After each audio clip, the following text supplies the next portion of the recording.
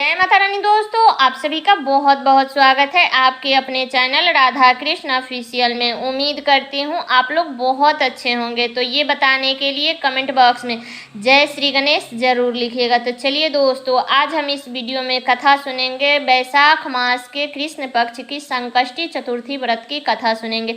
तो आप लोग वीडियो के लास्ट तक बने रहिएगा और कथा को पूरा जरूर सुनिएगा। तो सबसे पहले आप सभी को संकष्टी चतुर्थी व्रत की हार्दिक शुभकामनाएं। आप और आपके पूरे परिवार पर विघ्नहर्ता गणेश भगवान की कृपा हमेशा बनी रहे। तो चलिए कथा को शुरू करती हूँ। एक बार पार्वती जी ने गणेश जी से पूछा कि वैशाख मास के कृष्ण पक्ष की जो संकष्टी चतुर्थी कही गई है, उस दिन कौन से गणेश भगवान की किस विधि से पूजन करना चाहिए और उस दिन भोजन में क्या ग्रहण करना चाहिए। तब गणेश जी ने उत्तर दिया, हे माता, वैशाख मास के कृष्ण पक्ष की चतुर्थी के दिन वरतुंडा नामक गणेश जी की पूजा व्रत करनी चाहिए और भोजन में कमल गट्टे का हलवा लेना चाहिए। हे जननी, द्वापर युग में राजा युधिष्ठिर ने इस प्रश्न को पूछा था और उसके उत्तर में भगवान श्री कृष्ण ने जो कहा, मैं उसी इतिहास का वर्णन करता हूँ। आप श्रद्धा भाव के साथ होकर के और इसे सुने। तब भगवान श्री कृष्ण बोले कि हे राजन, इस कल्याण दात्री चतुर्थी का जिसने व्रत किया और उसे जो फल प्राप्त हुआ, मैं उसे ही तुम्हें कह रहा हूँ। तुम श्रद्धा पूर्वक सुनो। प्राचीन काल में एक रंती देव नामक प्रतापी राजा हुए। जिस प्रकार आग तिनके को समूह के समान जला डालती है, उसी प्रकार वे अपने शत्रुओं के विनाशक थे। उनकी मित्रता यम, कुबेर, इंद्रादिक देवों के से थी। उन्हीं के राज्य में धर्मकेतु नामक एक श्रेष्ठ ब्राह्मण रहते थे। उनकी दो स्त्रियां थी, एक का नाम सुशीला था और दूसरी का नाम चंचला था। सुशीला नित्य ही कोई ना कोई व्रत किया करती थी। व्रत करने से उसका शरीर बहुत अधिक दुर्बल हो गया था और चंचला कभी भी कोई भी उपवास या व्रत नहीं करती थी और वह भरपेट भोजन करती थी। एक समय दोनों ने गर्भधारण की थी। तब इधर सुशीला को सुंदर लक्षणों वाली एक कन्या हुई और उधर चंचला को पुत्र रत्न की प्राप्ति हुई। यह देख करके चंचला बार बार सुशीला को ताना देने लगी। अरे कहने लगी कि अरे सुशीला, तूने इतना व्रत उपवास करके शरीर को जर्जर बना डाला, फिर भी तुम्हें एक कन्या को जन्म दिया और मुझे देख, मैं कभी व्रत आदि के चक्कर में ना पड़ करके हष्ट पुष्ट बनी हूँ और वैसे ही हष्ट पुष्ट मैं एक बालक को जन्म दिया। तब अपनी सौत का वचन बाण सुशीला के हृदय से चुभने लगा। तब वह पतिव्रता विधिवत गणेश जी की उपासना करने लगी। जब सुशीला ने भक्ति भाव से संकट नाशक गणेश चतुर्थी का व्रत किया तो रात्रि में वरदायक गणेश जी ने उसे दर्शन दिया और श्री गणेश जी ने कहा कि हे सुशीला, तेरी आराधना से हम अत्यधिक संतुष्ट हैं। मैं तुम्हें वरदान दे रहा हूँ कि तेरी कन्या के मुख से निरंतर मोती और मूंगा प्रवाहित होते रहेंगे। हे सुशीला, तुझे वेद शास्त्रों से युक्त एक पुत्र की प्राप्ति भी होगा।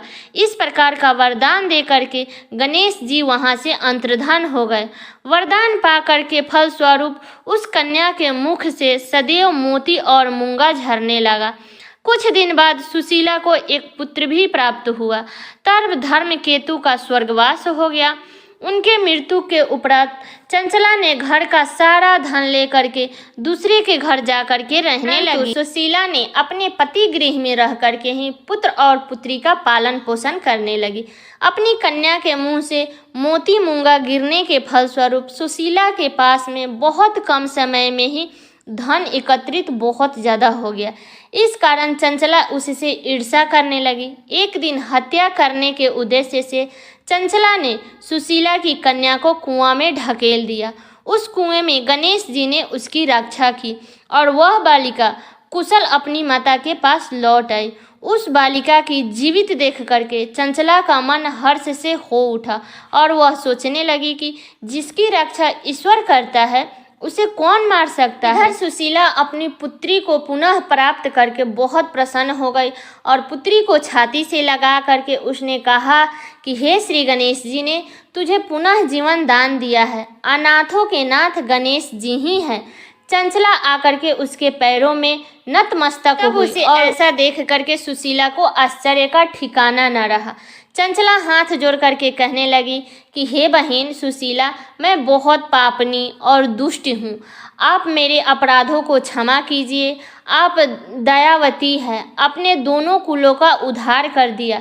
जिसका रक्षक देवता होता है उसका मानव क्या बिगाड़ सकता है। जो लोग संतों और सत्पुरुषों का दोष देखते हैं वे अपनी ही करनी से स्वयं नाश को प्राप्त होते हैं। इसके बाद चंचला ने भी उस कष्ट निवारक पुण्यदायक संकटनाशक गणेश जी के व्रत को किया। श्री गणेश जी के अनुग्रह से परस्पर उन दोनों में प्रेम भाव स्थापित हो गया। जिस पर गणेश जी की कृपा होती है उसके शत्रु भी मित्र बन जाते हैं। सुशीला के द्वारा संकटनाशक गणेश चतुर्थी का व्रत किए जाने के कारण ही उसकी सोच चंचला का हृदय परिवर्तन हो गया। तो श्री गणेश जी कहते हैं कि हे देवी, पूर्व काल का पूरा वृतांत आपको मैंने कह सुनाया। इस लोक में इससे श्रेष्ठ विघ्न विनाशक कोई दूसरा व्रत नहीं है। तो हे गणेश भगवान, जैसे आपने सुशीला और चंचला में हृदय परिवर्तन किया, वैसे ही जो भी इस कथा को सुन रहा है और जो भी इस कथा को कह रहा है, हर किसी के परिवार में ऐसे ही संगठन बना करके रखिएगा।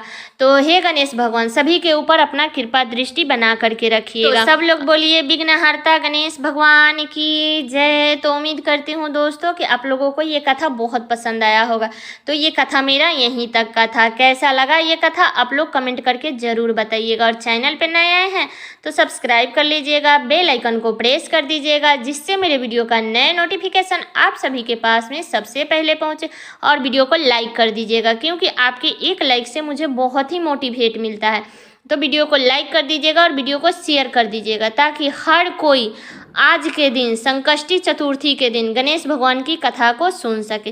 तो चलिए दोस्तों, मिलती हूँ अगले वीडियो में किसी नए वीडियो के साथ में। तब तक के लिए नमस्कार।